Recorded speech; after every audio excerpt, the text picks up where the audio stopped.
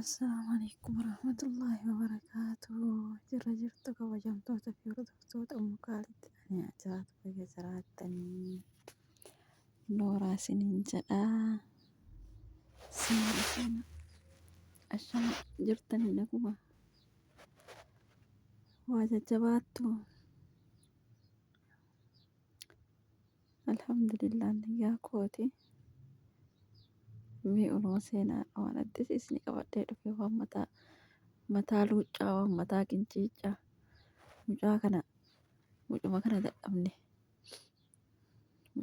dadhabne mee kun akkatti dachii balleessa kun mucaa kana nu gargaara. Mucaa kana asirraa maal goona jettanii yaaddan meesin nu akkatti abaaboo qabatee nama simannarra jira.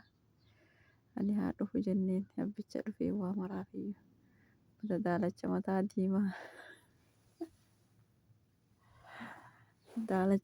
diimaa laa gurraacha siin jennu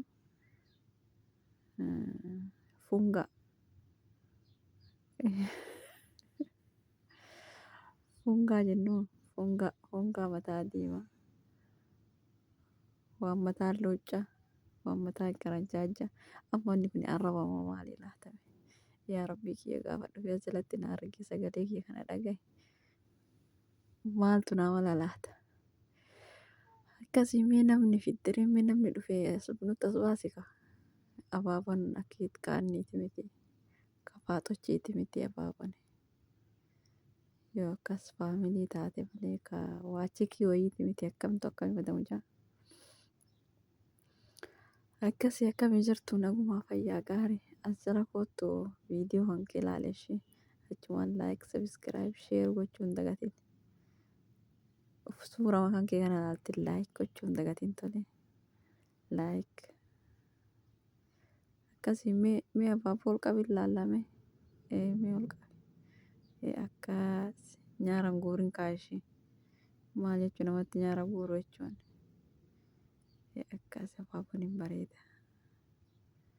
Abaaboo fireeshidha. Ka warri dhufuu jechuun warri dhufuuyyuu ganaa warri xiyyaaraan dhufuuyyuu ganaa hin dhufin. Ati maal boolee keessaa goota boolee teettama.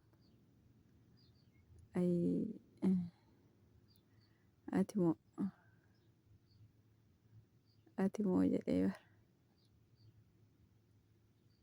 Akkasii dhugaa odoo inni hin beekin waraabadhe beektanii viidiyoo kana.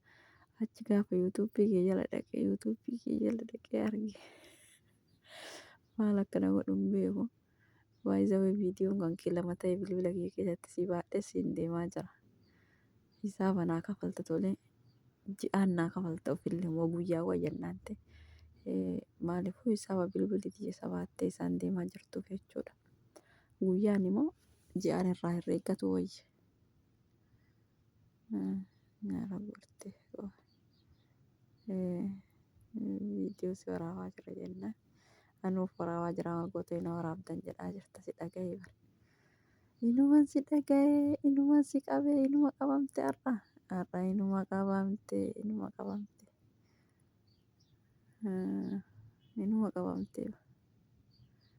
mee ol qabi abaaboo laalla abaaboo ol qabi mee Muhammad si biraa sanas qabi laalla akkam jedhame. Akkasii akkami amma manatti galtani moo akkami mee ammoo achuma bultanii sila namni cinaan yoo biyyaa dhufuun badaa barboolee keessa akkami waa isin harkaa badanii mala chiki moo Muhammad wayii fidde ati duunaan hin mari'atin maal taatee isiin mari'adha isii jedha yoo namani maal taatee isiin mari'adha isii waan maal taatee isiin mari'adha naan akkamitti duunaan hin mari'atin fidda. Maal jechuun boolee dhaqee ka fuudhee fidu ana ture. Namichi dhufee booya.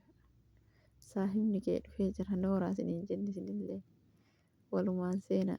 Waalaikum salaam warahmatullahi wabarakatuh. Salaamata gaafataa jirtanii si'a. Isinni deebisee jiraaneeshi. Mataa lamaanii tartanii akka nama akka jaldeessaa ilmoolee keessaa waa gugguuru. Nama lamaanii tartaan rifeensa mataa qaajjisa. Bismillah. Gaafa kana ofirraa cirtetti maal fakkaata beeyta? Maalidha? Abaaboo as qabe, as qabe, as qabe, abaaboo as qabe. Miqqanyaan nu cuullifatan maal yoo nu bira keettee haasofte lafa qarachuuf keettee haasofte maal rakkoo qaba? Akkasii gaafa mataa ofirraa cirte jechuudha. Waan ati fakkaatu sitti himu xuyyee miti togoogoo akkan ol qajeeltu akka argite ta duraa muuzii keessatti adamsan togoogoo waa keessatti naqatan. Gaafa mataa kana ofirraa cirte akkas fakkaata akkuma ol qajeeltetti hafta ishee. Anti akkuma mataan gasii garagalchee si fide jedhee garaana nyaatte bara. Gatiin si garagalchee jedhee garuu garaana nyaatte akka keetii fi miti akka kiyyaa si dhiise. Akkasitti silaa waan gaarii argadhallee ture. Ka dhufee naan loluu fi ka dhufee naan arrabsu hunda isaa addaan beeka. Sii galee. Wanti si garagalchuu. Akkam wayya jettanii kam wayya gassi garagalchuu wayya moo akkamatti aadima jechuun garagaltee liivii waraabuu wayya. Kamsi wayya filannoo keetti filadhu afaan maraa jiteetiin deemne. Akkasii obboleeyyiin xiyyaa nama jiraatu bira jiraatanii warri maatiin hafeetonis maatiin haftaa keessa iskaabii dagatina jajjabeessaa koomantii nuufaayaa siniin jedhama. Midhaan kun hattuudha. Irraa of eegaa lafa jettanii tole. Hamsi baqachiisa namaa qofa. Midhaan kun hattuudha kun olaala. Akkuma amma argitan kana isinii galee. Tolchaa laalaan eenyufaatti mul'ata. Hattuu waan ta'eef tolchaa dhiyeessaa isinii jenna. Asumaanuu wal isin barsiifnaa mucaan egaa obboleessa kiyya. Akkatti boolii nama simachuu deemu. Garuu eenyu akka simataa jiru. Laagaluu dide. Akkasii abbaa fedhallee ta'uu baga nagaan dhuftanii wiilkaamtuu qaxar isinii jennee jirra. Ilma seenaa nooraa manneen keessanii nyaadhaa dhugaa hin maaltu warra suntaafaa ta'uu danda'a waan ta'eef hedduttuu isinii galee. Haga waan viidiyoo biraa keessatti ilaallee walitti deebinutti amma ofitti hin tuttuqu. Akkas wayyaa miti amma yoo ofitti tuttuqee booda uduun isa gaggaragalchitee inni ganda.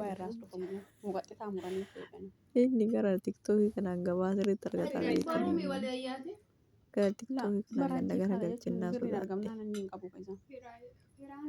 Akkasii galatooma obboleeyyan kiyya kabajamaa ulfaadhaa qashti qusummee mucaa kennaa kanallee kunoo asumaan ulaalladhaa.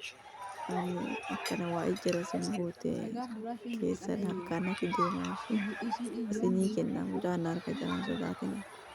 Natu isinii kenna hin sodaatina mucaan harka jiran tolee ni jira lamaan kana keessa laalladhaa tolcha.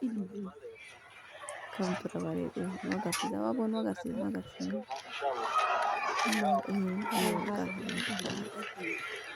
Galatoomuu kabajamoo isin jenna akkasii obboleeyyan kiyya hedduu naa galatoomaa kabajamaa sagalee isaa biratti hin dhiise dhugaa ijoo harka tokko namaa hedduu garaa qabuu